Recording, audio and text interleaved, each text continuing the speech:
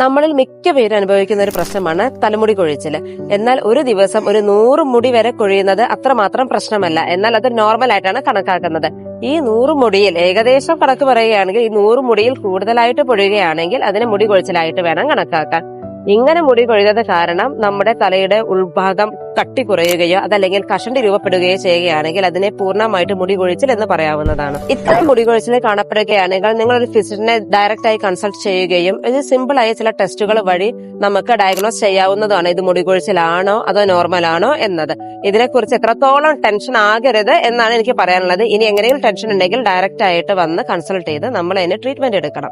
ഇത്തരത്തിലുള്ള മുടി കൊഴിച്ചിലിന് പലതരം കാരണങ്ങളാണ് ഉള്ളത്. ശരീരത്തിലുണ്ടാകുന്ന ധാതുക്ഷയം, അയൺ ഡെഫിഷ്യൻസി, വൈറ്റമിൻ ഡെഫിഷ്യൻസീസ് തുടങ്ങിയ അസുഖങ്ങൾ, ചിലപ്പോൾ ചില chlorinated or mineralised water use കൊണ്ടോ അതല്ലെങ്കിൽ ചില മെൻസ്ട്രൽ ഇറഗുലാരിറ്റീസ്, PCOD തുടങ്ങിയ അസുഖങ്ങൾ കൊണ്ട്, ചില തൈറോയ്ഡ് ഡിസ്ഫങ്ഷൻ തുടങ്ങിയ ഹോർമോണൽ ഇംബാലൻസ് കൊണ്ട്, ചിലപ്പോൾ സ്ട്രെസ് കൊണ്ട്, ചിലപ്പോൾ കണ്ടിന്യൂയിങ് മെഡിക്കേഷൻസ് കൊണ്ട്, അതല്ലെങ്കിൽ ചില പ്രത്യേകതരം അസുഖങ്ങൾ കൊണ്ട് തുടങ്ങിയ പലവിധ കാരണങ്ങളാണ് ഇത്തരം മുടി കൊഴിച്ചിലിനുള്ളത്.